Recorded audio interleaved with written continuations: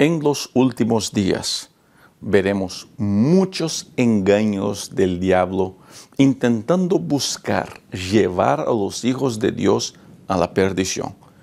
Esos engaños están en todos los niveles, en la sociedad, en los medios de comunicación y también entrando a las iglesias. En este estudio veremos un poco de estos engaños, pero más importante, veremos cómo buscar la verdad, que es el único antídoto en contra de los engaños del diablo. Así que ya no gastemos más tiempo y comencemos este estudio a partir de ahora.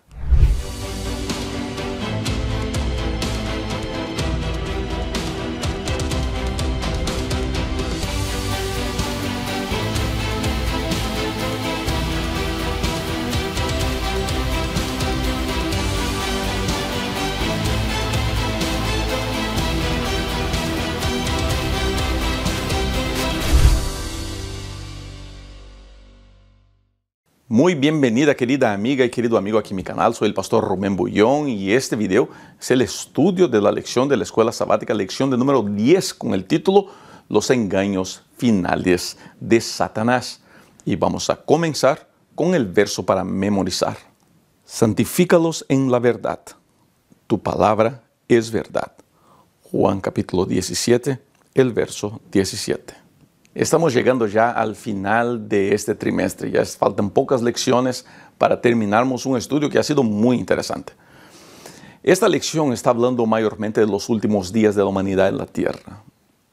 Y hay muchos detalles en la profecía que nos muestran cómo serían los últimos días. Y por eso creo yo que estamos en los últimos días de la humanidad en esta tierra, porque muchas de estas señales se están cumpliendo. Una de esas señales es la cantidad de enseñanzas engañosas que entrarían al seno de la iglesia. La mentira se multiplicaría y entraría a la iglesia, pero no solamente a la iglesia, entraría a todos los niveles de la sociedad. Hoy día somos bombardeados por lo que llamamos las fake news, las informaciones falsas. Hoy día la prensa, por ejemplo, se preocupa en dar una noticia primero que en dar una noticia que sea verdadera. La mentira ha tomado muchas formas. Por ejemplo, mucha gente dice, no, es mi opinión, no, es mi sentir, es mi perspectiva. La verdad es toda una mentira, pero quieren pintarla de manera distinta para que uno pueda tragarla como verdad. Y eso ha entrado también a la iglesia. Pero déjame contarte una historia que nos va a ayudar a entender el principio que quiero seguir con ustedes aquí durante este estudio. Hace muchos años estaba en Perú con mi padre, caminando por las calles. Era todavía un muchachito. Y me acuerdo que mi tío estaba con nosotros. Y paramos, pues habíamos llegado de Brasil a vacacionar en Perú, y paramos para cambiar dólares. Y le dimos los billetes de dólares al señor que nos cambiaría el dinero por soles peruanos. Entonces el señor agarró los billetes y comenzó a tocarlos y de repente le dice a mi padre, este billete es falso. Pues mi padre le pregunta, ¿y cómo sabe usted que es falso? Porque yo lo puedo sentir en mis manos que es falso. Pero no tiene ninguna máquina, nada para decir. Y el señor, con una certeza asustadora, dijo, yo soy la máquina, señor. Pero ¿cómo sabe usted que es falso?, preguntó mi padre. Y el señor le dijo, es que yo manejo billetes verdaderos todo el día, todos los días. Y cuando algo falso llega a mis manos, yo puedo notar la diferencia. Y ese es el gran secreto. No voy a gastar mucho tiempo hablando de las mentiras, porque no es conociendo la mentira que nosotros crecemos, y sí conociendo la verdad. La verdad nos hará libres, no es conocer la mentira. Querido líder de iglesia, querido anciano y colegas de ministerio, no gasten tiempo predicando de mentiras, enseñando las mentiras. Tengamos cuidados con las mentiras y mostrando. Lo que más hace falta en las enseñanzas en las iglesias es que se presente la verdad. siempre de manera cristocéntrica, siempre con amor, siempre buscando redimir. La verdad sana puede que duela un poquito, pero la verdad siempre va a sanar. Esta semana vamos a estudiar un poco de estas mentiras y confrontarlas con la verdad de la palabra de Dios.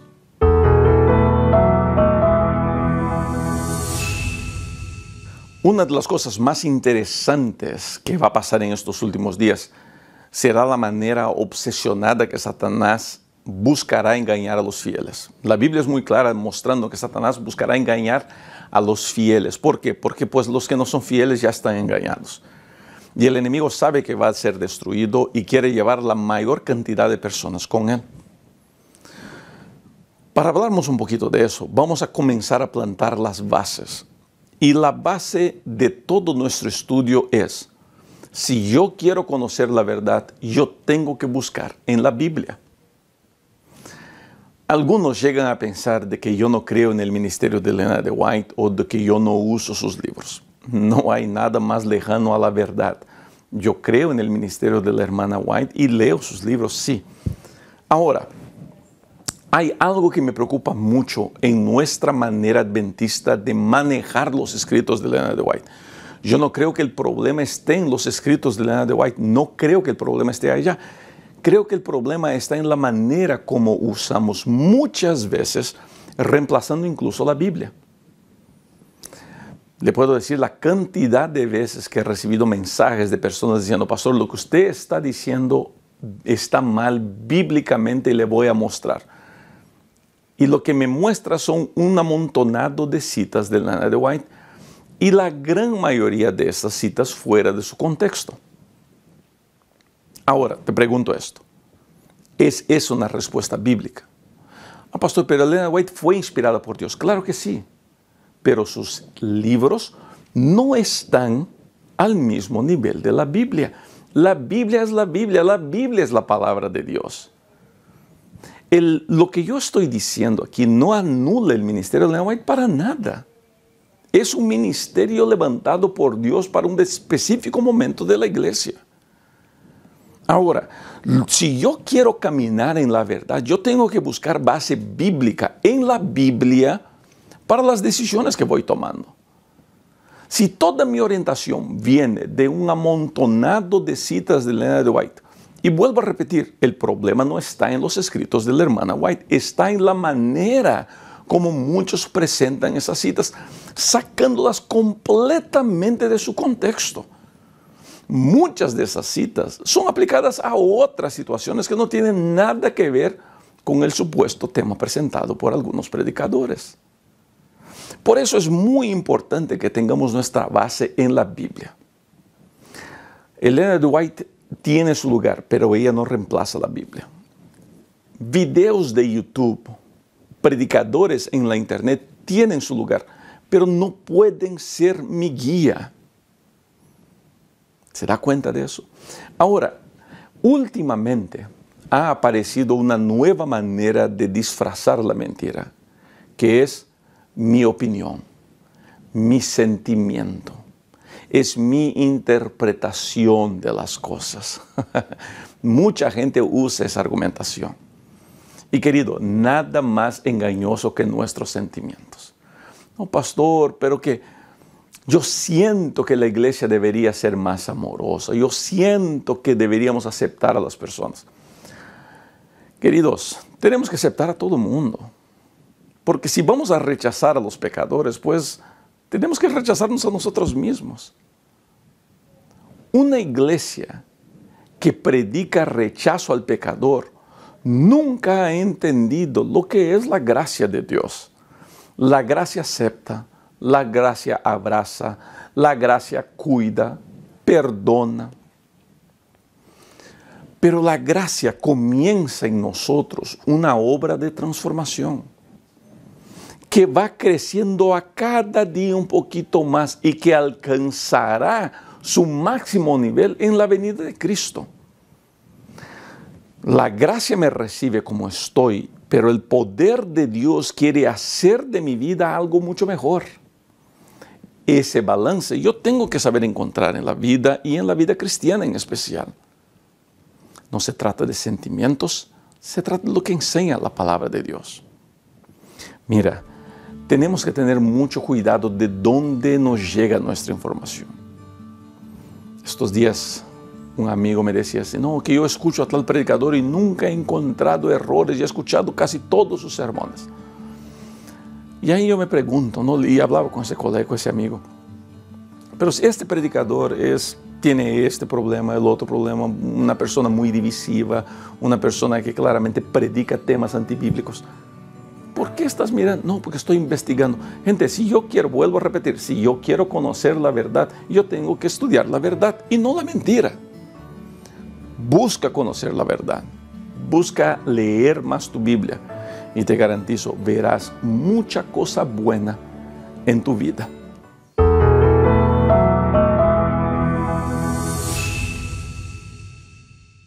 La lección de esta semana se va a dedicar a presentar algunos de los engaños más comunes que han entrado a las iglesias. Y la lección del día lunes va a hablar específicamente de la inmortalidad del alma. Gente, miren, ¿qué es lo que cree la Iglesia Adventista del Séptimo Día? Cree que la vida es la unión de dos cosas, el aliento de vida y el barro, la tierra. El hombre fue formado del polvo de la tierra y sopló Dios en sus narices el aliento de vida. Entonces, polvo de tierra y aliento de vida significan alma viviente o vida. Creemos que cuando llega la muerte, estas dos cosas se separan. El polvo vuelve al polvo y el espíritu vuelve a Dios que se lo dio. Y no queda nada más. Entonces, nosotros adventistas, ¿qué creemos? Que cuando una persona muere, se acaba ahí hasta la venida de Cristo, porque creemos que cuando Cristo venga, entonces los que murieron en Cristo serán resucitados y transformados para vivir la eternidad con el Señor Jesucristo. Nosotros adventistas no creemos que cuando alguien se muere se va al cielo, si está salvo, o se va al infierno, si está perdido, o si fue más o menos se queda en el purgatorio. Nosotros no creemos que alguien que se muera hoy día va al gozo del Señor o está en la gloria con el Señor. Yo sé que hay iglesias que creen de esa manera. Nosotros no creemos y les voy a leer textos bíblicos de por qué no creemos de esa manera. Ahora, hay algunas argumentaciones que nos llevan a creer de esa manera. Primero, la resurrección de Cristo es ¿cómo puedo decir? Es una demostración de cómo sería la resurrección de los justos. Ahora, si los justos ya están vivos con el Señor en el cielo, entonces ¿por qué la Biblia habla de una resurrección? ¿Y por qué Cristo resucitó? La idea de que los muertos justos están en el cielo con Dios anula la resurrección, que es claramente una enseñanza bíblica, pero también echa por tierra la importancia de la resurrección de Cristo. Y si Cristo va a venir a esta tierra, para rescatar a los suyos, pero, ojo, si creemos que los suyos ya están con Él en el cielo, entonces, ¿para qué Cristo volvería a esta tierra? ¿Entiende lo que estoy diciendo? O sea, creer que la gente cuando se muere y es buena va al cielo anula la bendita promesa de la venida de Cristo. Y es bíblico que Cristo vendrá a la tierra. Lo que me lleva a creer es de que cuando yo creo que uno cuando muere y es bueno se va al cielo, no me doy cuenta de las implicaciones que hay por detrás de eso. Sí, yo puedo entender que es una creencia bonita, creer que mi papá, es mi mamá, qué sé yo, mis queridos están con Cristo, todo eso. Puede ser algo reconfortante y todo, entiendo. Pero por reconfortante y bonito que pueda parecer, nosotros tenemos que tomar decisiones basadas en lo que la Biblia enseña.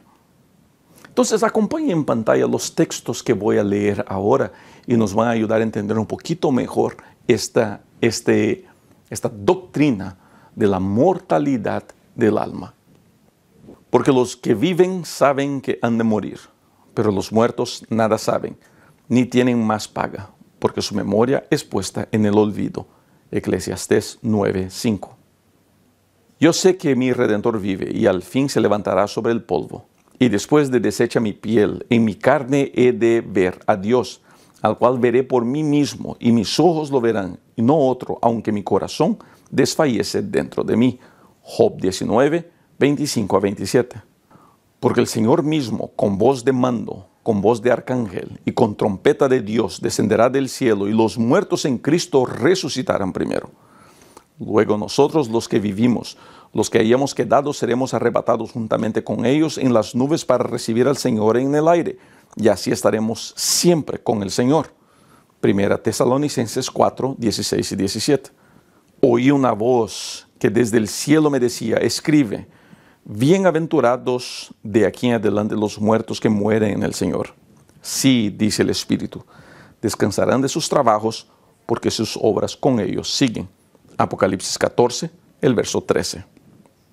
El punto de este estudio es mostrar que la muerte es una pausa momentánea. Como Cristo describe en la situación con Lázaro, es un dormir. Y la resurrección de Cristo será un nuevo despertar. Querido, ¿por qué es importante hablar de eso? Porque al creer de esta manera, que yo creo que es bíblica, nosotros tenemos condiciones de apoyar otras creencias fundamentales de la Biblia, como la resurrección de Cristo, la redención, la resurrección de los justos y más, la bendita esperanza de la pronta venida del Señor Jesucristo. Yo creo que esta manera de creer es una buena manera de creer. Y lo invito a usted a estudiar más de la Biblia y buscar entender la belleza que hay por detrás de creer que en la Biblia, aunque no sea tan bonito como otras creencias, encontramos una sólida base para seguir avanzando siempre en victoria.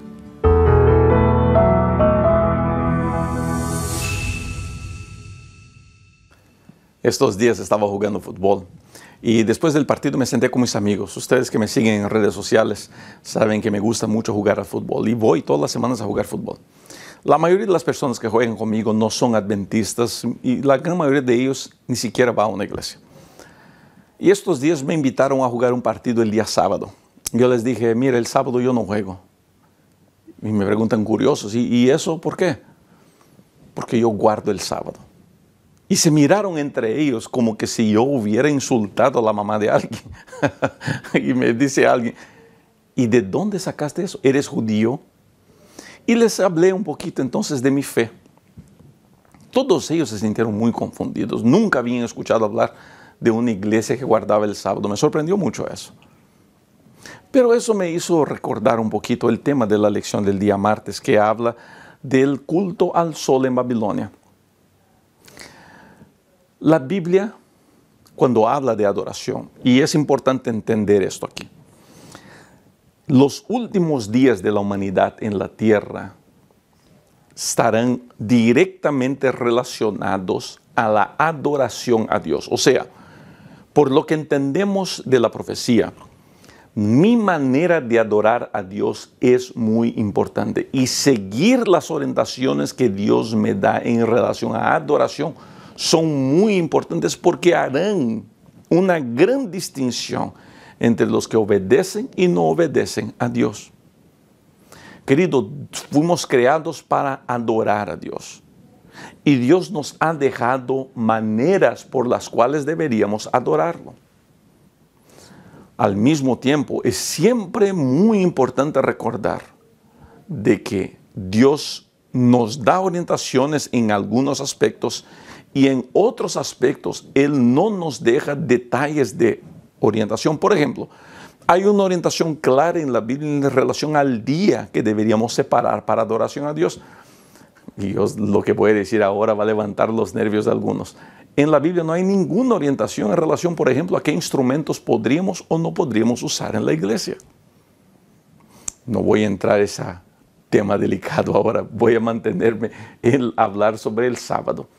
El sábado es una orden bíblica, es una invitación al descanso en Dios. El sábado existe desde la creación del mundo. Pasó por el pueblo judío y fue seguido en la iglesia apostólica. Ahora, con el pasar del tiempo, el cristianismo comenzó a ser desconfigurado y comenzó a ser adaptado a la nueva realidad. El ser humano es muy adaptable y siempre quiere adaptar las cosas para beneficiar el grupo mayor. Muchos años atrás, 321 después de Cristo más o menos, se convirtió al cristianismo el emperador Constantino y trajo juntamente con él al cristianismo muchas costumbres paganas.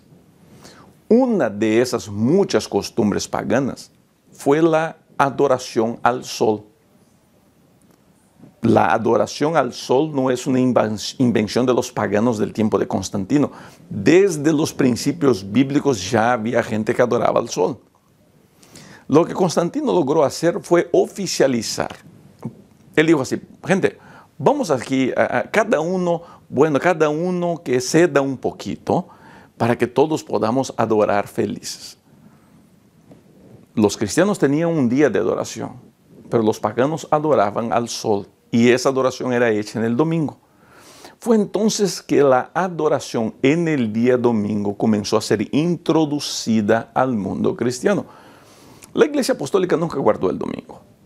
No hay registros de eso. No hay ningún mandato de Dios que deberíamos guardar el domingo porque el Señor resucitó en el domingo. Al mismo tiempo, no hay ninguna orden en el Nuevo Testamento diciendo que el sábado debería dejar de ser guardado.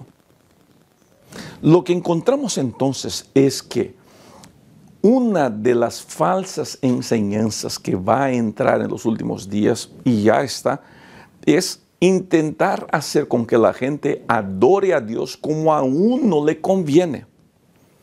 Yo guardo el sábado porque creo que el sábado es bíblico. Creo que el sábado es el sello de Dios. Y creo que es importante adorar a Dios como Dios me pide y no como a mí se me antoja o como a mí me parece. Dije esto y vuelvo a repetir. No creo que el sábado, y no encuentro en la Biblia argumentación que me muestre que el sábado es cuestión de salvación. El guardar el sábado no me va a salvar y el no guardar el sábado no me va a hacer perder. El sábado más que todo es una cuestión de sumisión a Dios y de adoración a Dios. Pero habrá mucha gente que se salvará, no tengo duda de eso, aunque no tengo base bíblica para afirmarlo. No tengo ninguna duda de que mucha gente que no guarde el sábado se salvará. El punto vital aquí es: lo que yo estoy haciendo en cuestiones de adoración tiene que ver con lo que a mí se me antoja o a mí me parece, o estoy buscando adorar a Dios como Dios me pide adorarlo. Ese será uno de los grandes puntos de disputa en los últimos días. La lección se enfoca mucho en el error que es la adoración en el día domingo. Gente, yo no estoy aquí para condenar a los hermanos evangélicos que van a la iglesia el día domingo, porque no creo que ellos le den al domingo el significado que nosotros adventistas le damos al sábado. Por eso no creo que ellos guarden el domingo. Yo creo a lo mejor que ellos usan el domingo como un día de ir a la iglesia, pero no lo guardan como nosotros adventistas lo guardamos. Para el adventista el sábado es un día especial, que el viernes a la puesta del sol hay toda una celebración para su entrada y al fin del sábado hay una alabanza para despedirlo. El sábado son 24 horas de un día muy especial. No creo que para nuestros hermanos, mis hermanos evangélicos y católicos que guarden el domingo tenga el mismo significado. Por eso no creo que guarden el domingo. Lo que creo es que ellos nunca han entendido o no han dado importancia al mensaje del sábado. Y una vez más, yo creo que eso es una cuestión de ellos para con Dios. Yo creo que hay bendición en guardar el sábado y yo le animaría a usted a guardar el sábado. Yo les estoy prometiendo hace mucho hablar sobre el sábado aquí en mi canal. Créeme, muy pronto llegará ese momento. También uno de los grandes engaños, yo creo, para mí en la lectura de la lección y de la Biblia, está en cómo será mi adoración. ¿Será como Dios me la pide o será como a mí me conviene? Considera eso. Intenta contestar esa pregunta en tu vida.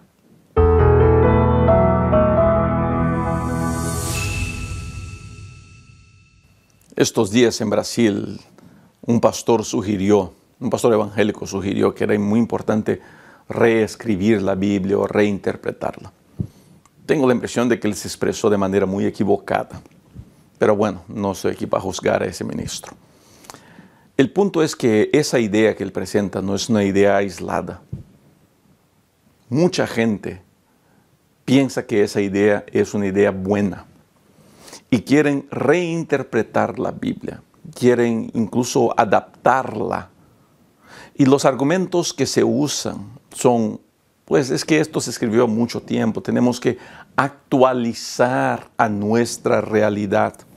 Gente, la Biblia es la palabra de Dios. La Biblia es la palabra de Dios. No hay necesidad de reescribir, no hay necesidad de actualizarla, no hay necesidad de reinterpretarla. Lo que la palabra de Dios enseña se debe cumplir. La Biblia no está aquí para atender mis deseos personales o mis perspectivas de vida o mis ideas ni mis sentimientos. La Biblia está aquí para mostrarme cuál es el camino correcto para vivir, el camino correcto de seguir. Si yo quiero ser un seguidor de Dios, yo tengo que poner la Biblia por encima de mis gustos y mis deseos. La triste realidad es que estamos encontrando muchos predicadores, muchos en internet, en especial en medios de comunicación, intentando mostrar que mis sentimientos son más importantes que la verdad bíblica, y jamás será así. La Biblia debe ser soberana y debemos seguir su mensaje, por impopular que sea en nuestros días. La lección del día miércoles hace un llamado a la fidelidad a la palabra de Dios. Querido amigo que me escucha ahora, quiero invitarlo a seguir conectado en mi canal. A partir de este verano estaré dando clases bíblicas en un nuevo canal aquí, donde usted tendrá condiciones de acompañar de manera detallada la enseñanza de la Biblia. Para algunos nuevos suscriptores, incluso me estaré reuniendo semanalmente por Zoom para diálogos más detallados con un grupo específico de seguidores. Usted tendrá condiciones de participar de todo eso. Quiero enseñar de la Biblia usando única y exclusivamente la Biblia, porque creo que es hora de que volvamos al sola escritura, que volvamos a creer en la Biblia nomás. Que el pastor fulano dijo. Estos días estaba escuchando un sermón que alguien me mandó y el pastor decía así: no, porque yo creo que es así, no, es que mi opinión al leer la Biblia es así. Gente, cada uno tiene el derecho de tener su opinión, pero si la Biblia dice A, tu opinión puede ser Z, Y, M, V, lo que sea. Si la Biblia dice A, es A. Tenemos que volver a esa fidelidad a la palabra de Dios. Es que hoy día todo el mundo está tan preocupado que no puede ofender aquí, no puede ofender allá. El simple hecho de que seamos fieles a Dios es ofensivo. El simple hecho de que creamos en la Biblia es ofensivo para algunos. El Evangelio es ofensivo. La muerte de Cristo es ofensiva para muchas personas. Hay gente que mira la Biblia como si fuera un libro de fábulas. Estos días alguien me decía, ¿no?, que la Biblia es un libro que apoya la esclavitud. La gente puede tener la opinión que quiera de la Biblia. Yo creo en la veracidad de la Biblia y creo que es la palabra de Dios y estoy comprometido a seguirla y a predicarla. ¿Usted cómo está con la Biblia? Esa es una pregunta que tenemos que contestar todos los días. La Biblia es la palabra de Dios y el enemigo va a hacer de todo para que nosotros le quitemos a la Biblia su importancia. Muchos predicadores se han convertido en palestrantes motivacionales. Y no veo ningún problema en eso. Yo también doy presentaciones motivacionales y no veo ningún problema en eso. Pero no podemos usar de la Biblia como una motivación apenas. La Biblia es un libro de transformación. La Biblia es un libro que impacta. Una de las artimañas del enemigo es hacer con que la Biblia sea relativizada. O sea, pues fue verdad en ese tiempo, hoy día ya no es tan así. El enemigo no va a atacar la Biblia como lo hizo en el pasado intentando destruirla, no. Lo que él va a hacer es hacer con que la gente la relativice, hacer con que la gente no la lea, que la gente no la entienda bien. El enemigo no tiene la preocupación de destruir, tiene la preocupación de confundir. Por eso nunca fue tan urgente estarmos firmes, anclados en la palabra de Dios. Escribe en los comentarios hoy día, no te pedí escribir nada todavía, ¿no? Escribe en los comentarios una oración, dile así: Señor, yo creo que la Biblia es tu palabra. Yo creo que la Biblia es la palabra de Dios. Declara eso en tus comentarios. Escribe eso en tus medios sociales. Yo creo que la Biblia es la palabra de Dios. Si estás en Instagram, pues márcame ahí. Yo creo que la Biblia es la palabra de Dios. Es muy importante declararnos eso a todo el mundo. Creemos que la Biblia es la palabra de Dios. Yo creo. ¿Se une a mí en esa creencia?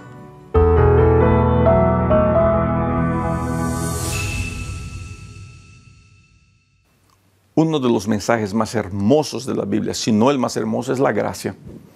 La gracia es Dios rescatando al ser humano, buscando rescatar. La Biblia, toda la Biblia, es Dios buscando salvar al ser humano. Desde que Adán y Eva cometieron el primer pecado, Dios anda detrás del ser humano. Adán, ¿dónde estás? Sal de ahí, Adán, que estás escondido. La historia de la humanidad es Dios buscando al ser humano y el ser humano escondido por sus culpabilidades, por sus errores. La gracia, gente, es Dios diciendo: mira, no importa cuánto has pecado, no importa cuántas veces has caído, no importa tus errores, no importan tus fallas, yo te amo más de lo que puedas imaginar, yo te amo más de lo que puedas entender. Mi amor es mucho, mucho más grande que tus culpas. Por eso ven, abre tu corazón. La gracia es una cosa increíble. Ahora, vivimos tiempos donde la gente tiene mucha dificultad en entender. Los absolutos siempre son muy problemáticos. Entonces alguien me dice así: pastor, es que ustedes predican una gracia barata. Yo no entiendo a quién se le ocurre crear un término tan diabólico como gracia barata, como si la muerte del Señor Jesucristo fuera una cosa barata. Pero bueno, ¿y por qué dicen eso? Y me dicen así: no, pastor, quiere decir entonces, mira, todas las veces que alguien comienza su conversación con, quiere decir entonces, es que no quiere dialogar. No, solamente quiere atacar o quiere, pues, insultar. Ojo aquí, me dice así: quiere decir entonces que yo puedo seguir pecando, que siempre haga la gracia. ¿Sí? Ahora, y aquí está el gran punto. Uno, cuando es encontrado por el amor de Dios, ve todo lo que Cristo hizo por él. Uno siente el deseo de seguir a ese Dios. ¿Y cómo es que sigue a Dios? Pues conociéndolo a través de la Biblia. Y al leer la Biblia, la vida de la persona comienza a ser transformada. Es que para muchos es tan difícil entender la gracia que no logran no solamente no entenderla, no logran aceptarla. ¿Quiere decir que puedo vivir en pecado? Técnicamente sí, porque el perdón de Dios siempre estará a tu disposición, siempre. Pero cuando yo me enamoro de Cristo, yo comienzo a permitir que la obra del Espíritu se realice en mi vida. Vosotros, dice Pablo, sois salvos por la gracia mediante la fe, y eso no viene de vosotros. Eso es obra de Dios. Y sois salvos para las buenas obras. Dios me acepta como estoy, pero no quiere que yo siga como estoy. Él quiere que yo sea más semejante a Cristo. Quiere que yo tenga una vida mejor. Quiere que yo vaya creciendo. Permítame decir eso. Es tan sencillo entender eso, que no entiende eso solamente el fanático que no quiere entender nada. Ahora, por más que yo lea la Biblia, por más que yo estudie y más yo me aferre a Dios, mi naturaleza pecaminosa siempre me sigue arrastrando al pecado. Pastor, pero ¿no tiene poder Dios para ayudarme a vivir una vida sin pecado? ¿Dios tiene ese poder? Claro que sí. El problema no está en Dios. Mi incapacidad de vivir una vida perfecta no es culpa de Dios. Vuelvo a repetir, es muy sencillo entender eso. No entiende eso solamente el fanático que no quiere entender nada. La culpa no está en Dios, la culpa está en mi naturaleza pecaminosa. Pablo habla mucho de eso al decir del pecado que habita en mí. El mismo Pablo a los Corintios dice que cuando Cristo venga, entonces lo que es corruptible se vestirá de incorruptibilidad.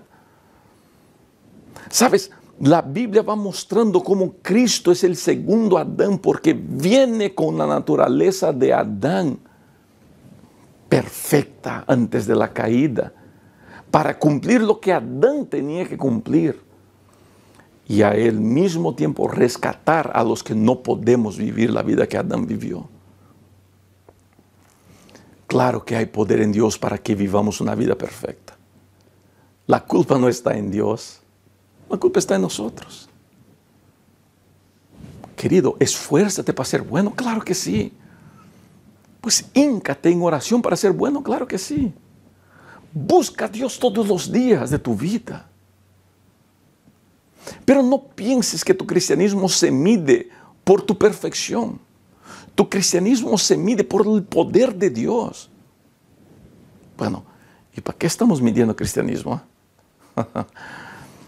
¿Por qué estoy hablando de todo eso? Porque uno de los engaños más fuertes que habrá serán los extremos en cuestiones de salvación. Por un lado, gente diciendo, no, tú sigue tu vida normal. Lo único que tienes que hacer es levantar la mano, cantar unas alabanzas, está todo bien. Por otro lado, y permíteme decir, los dos son fanáticos. Por otro lado, gente diciendo, no, que si comes esa comida no vas al cielo, si vistes esa ropa no vas al cielo, si vas por aquí no vas al cielo, si no vas al cielo, no vas al cielo. Los dos son movimientos diabólicos. Y ya he dicho eso y voy a repetir, uno de los movimientos más satánicos que está entrando a las iglesias, que quiere pedir paso en la iglesia, son los movimientos perfeccionistas. Porque se visten de una buena intención. Estos días que alguien me mandó un sermón de un colega mío, diciendo, no, que están predicando que no podemos vencer, pero les voy a mostrar a través de la Biblia que sí se puede vencer. Y me da una cita, un sermón con 15 citas de Elena de White, dos mensajes, dos textos bíblicos que no tienen nada que ver con el texto, completamente fuera de su contexto. Pero bueno, está bien, cada uno cree en lo que cree. Ahora, yo no tengo duda, conozco a ese pastor, gran colega, he tenido el gusto de trabajar con él, un trabajador gigantesco, un hombre con el corazón entregado a la obra, que creo que está muy equivocado. Ahora, ¿por qué estoy diciendo eso? Porque su intención de ese colega es muy buena. Yo no tengo ninguna duda de las intenciones del corazón de ese colega. Yo otra vez lo conozco. No voy a decir su nombre por una cuestión de respeto, pero lo conozco. Es un tipo bueno, una familia querida, buena. Ahora, su intención es que seamos más semejantes a Cristo, que tengamos una vida de victoria, y todos queremos eso, obviamente que sí. Lo que está claro en la palabra de Dios es que no tenemos condiciones humanas y podemos buscar en Dios, pero nuestra naturaleza es una naturaleza que respira el pecado. Lo que no se dan cuenta, colegas como este y otros más, es de que al introducir el perfeccionismo en la iglesia, están introduciendo una vida donde mis obras son lo suficiente. Y cuando mis obras son lo suficiente, yo estoy sacando de escena la figura maravillosa del Señor Jesucristo. Y eso es algo que el diablo quiere. El diablo quiere que tu vida siga la misma y que siga un desastre. Claro que sí. Pero él también quiere que tú saques a Cristo de tu vida religiosa. Vuelvo y repito. Adoración. En un lado están los fanáticos del liberalismo que dicen que la adoración pues tú lo haces como quieres. Porque lo importante son tus sentimientos. Lo importante es cómo vives, que nadie te ofenda. Por otro lado están los que quieren adorar al ego, a las obras, introduciendo perfeccionismos, teologías de última generación, mostrando que los que pues guardan el sábado y comen así, comen asado y visten así, visten lo, son más santos. La gracia nos nivela a todos. En la gracia somos todos pecadores buscando la salvación en Cristo. Y esa gracia me va a transformar y me va a hacer una mejor persona y va cambiando poco a poco mi existencia. Porque cuando Cristo venga y Él me va a encontrar luchando, Él dirá, ahora sí, mi gracia se hará completa en ti. Hago nuevas todas las cosas. La corrupción, la pecaminosidad, esa naturaleza maldita será arrancada y te pondré vestiduras blancas. Esa es la promesa. Eso es lo que esperamos.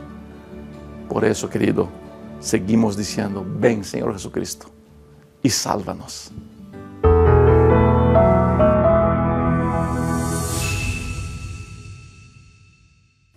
Estamos llegando a los últimos días de la humanidad en la tierra y el gran engaño del diablo será confundirnos. Confundir nuestra manera de adorar a Dios, confundir nuestro entendimiento de Dios. Y la manera con la cual hace eso es mezclar la verdad con la mentira. El diablo no va a aparecer intentando mostrar su cara. Lo que él hace es mostrarse como una santa ovejita que quiere ayudarte a vivir una vida religiosa correcta.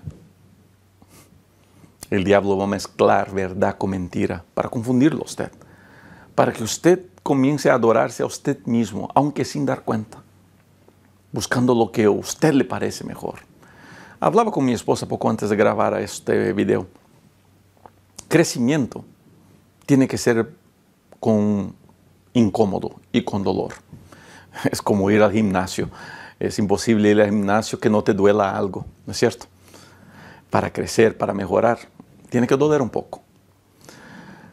Cuando yo busco una vida religiosa de comodidad, por eso que a mí me preocupa mucho la gente que se aísla, no, que pastor, vamos a salir de la ciudad, vamos al campo. ¿Y para qué? No vas a crecer en espiritualidad en el campo. Nuestro crecimiento depende de nuestro involucrar en la predicación del Evangelio. Aislado en el campo no estamos predicándole a absolutamente nadie.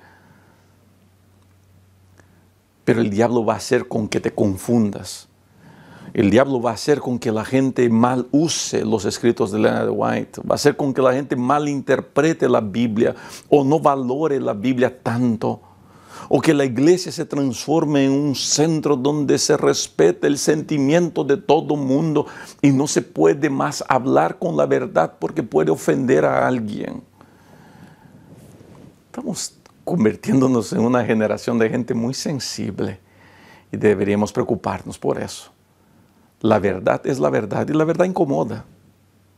La verdad es la verdad y la verdad por veces lastima, pero es un dolor de crecimiento, es un dolor que nos ayuda a mejorar, es un dolor que nos ayuda a seguir adelante. Querida amiga, querido amigo, te invito a que te aferres a la verdad. Muchas veces la verdad será impopular, pero la verdad sana, la verdad liberta, la verdad santifica. Gracias por haber llegado hasta aquí. Que Dios te bendiga de manera muy especial. Es siempre un gusto poder participar con usted en el estudio de la lección de la Escuela Sabática.